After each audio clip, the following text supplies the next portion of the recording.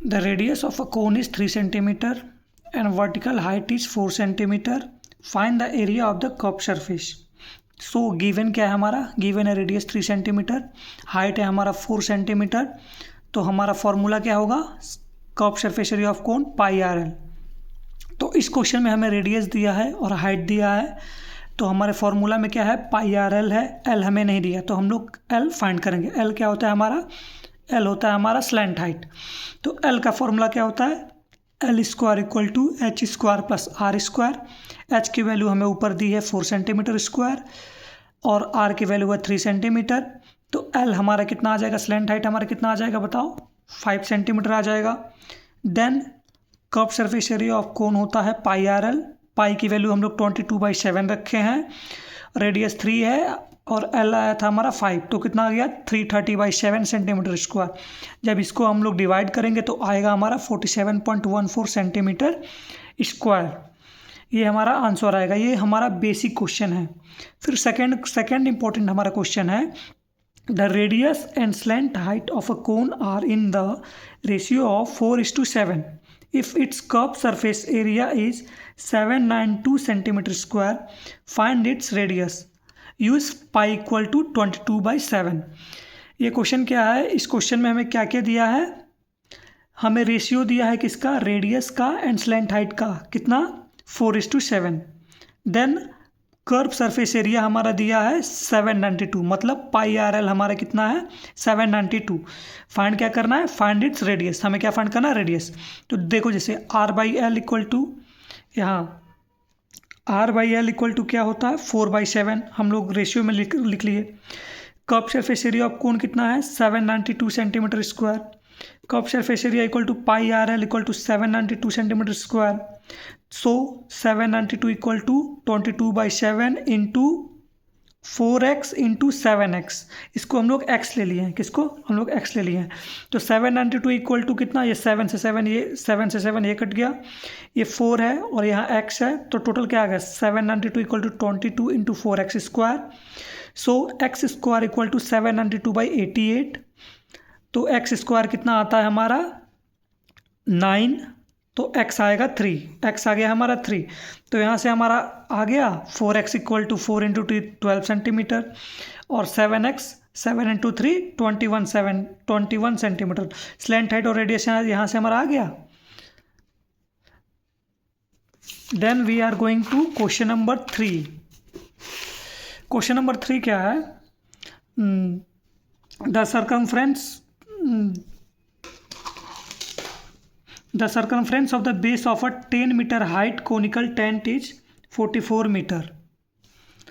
The circumference of the base of a 10 meter height conical tent is 44 meters. Calculate the length of canvas used in making the tent if width of canvas is 2 meter. Simple है। इस question में हमारा क्या है, एक tent है। Tent कैसा होता है एक बात बताओ, टेंट बनता है तो टेंट ये कोनिकल शेप का होता है, टेंट कोनिकल शेप का होता है। ये नीचे के एरिया में तो नहीं रहता ना कोई सीट, सिर्फ अपर एरिया में रहता है। तो हमें क्या फाइंड करना है, सिर्फ कर्व सरफेस फाइंड करना है। हमें सरकमफ्रेंस कितना दिया है, इसका सरकमफ्रेंस हमें कितना दिया है 44 मीटर, हाइट दिया है हमें 10 मीटर। सो सरकमफ्रेंस का फॉर्मूला क्या होता है 2πr। सरकमफ्रेंस क्या होता है 2πr, तो 2πr इक्वल टू 44। यहाँ से r हमारा आ गया, r इक्वल टू 7 सेंटीमीटर। यहाँ से हमारा r आ जाएगा, r इक्वल टू 7 सेंटीमीटर। फिर उसके बाद हम लोग क्या कर रहे हैं, यहाँ से r आ गया हमारा और h दिया है, तो यहाँ से हम लोग स्लैंट हाइट फाइंड करेंगे। l square equal to h square plus r square. So l की h 10 है और r 7 है, तो L हमारा आ गया 12.2। किस मेथड से, लॉन्ग डिवीजन मेथड से हम लोग स्क्वायर रूट फाइंड करते हैं ना, ये हमारा लॉन्ग डिवीजन मेथड है। तो रूट 149 का है 12.2। देन एरिया ऑफ कैनवास क्या है, एरिया ऑफ कैनवास मतलब कि कर्व सरफेस एरिया, ये कर्व सरफेस एरिया। तो पाई आर एल होता है 22/7 इंटू 7 इंटू 12.2, तो कितना है 268.4 मीटर स्क्वायर। कितना आ गया 268.4 मीटर स्क्वायर। ये क्या है यार, एरिया ऑफ कैनवास, मतलब हमारा कैनवास का आ गया। तो अब हमें क्या करना है, रेक्टेंगुलर शीट का फाइंड करना है। तो ये एरिया हो गया, एरिया ऑफ रेक्टेंगल कितना होता है 2 लेंथ इंटू ब्रेथ। ब्रेथ हमें दिया था यहाँ 2 मीटर, ब्रेथ हमें कितना दिया था 2 मीटर। तो एरिया हमारा एरिया हो गया 268.4 equal to L into B. So L हमारा कितना गया 134.2। अब आते हैं हम लोग क्वेश्चन नंबर 4 में। A joker cap is in the form of a right circular cone of base radius 7 cm and height 24 cm. Find the area of the sheet required to make 10 such cap.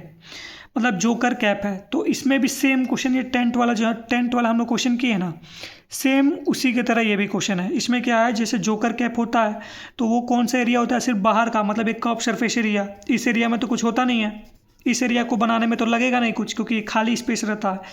तो हम सिर्फ curve surface area निकालेंगे, जिसमें हमें क्या दिया, radius कितना दिया है 7 सेंटीमीटर, हाइट कितना दिया है 24 सेंटीमीटर।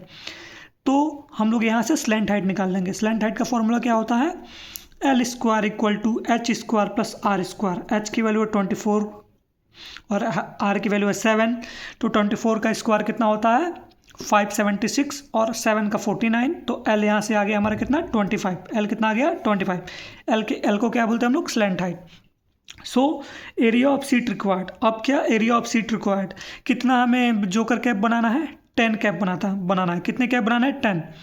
तो area of curve surface area क्या होता है पाई आर एल, तो 22/7 इंटू 7 इंटू 25, तो यहाँ से हमारा कितना आएगा 550 आ जाएगा ये एरिया। फिर मल्टीप्लाई कर देते हैं हम लोग 10 से, तो 5500 सेंटीमीटर स्क्वायर। हम लोग यहाँ डायरेक्ट कैलकुलेशन शॉर्ट करने के लिए या फिर एक ही जगह करने के लिए हम लोग यहाँ डायरेक्ट 10 मल्टीप्लाई बाई CS से कर दिए हैं। Okay thanks. ये इंपॉर्टेंट क्वेश्चन है 8 क्वेश्चंस में, ये बेसिकली इसी क्वेश्चंस में आते हैं एग्जाम में, क्योंकि इन क्वेश्चन में थोड़ा ट्रिकी है ना, डायरेक्ट तो फॉर्मूला बेस्ड पे है नहीं। इसमें क्वेश्चन थोड़ा ट्रिकी है कि सिर्फ अपर, जैसे टेंट वाला क्वेश्चन था और ये जोकर वाला कैप वाला, अगर इसमें हमें कंसेप्ट नहीं पता रहेगा, टेंट और जोकर कैप के बारे में स्पेस का नहीं पता रहेगा, तो हम लोग नहीं कर पाएंगे। थैंक्स।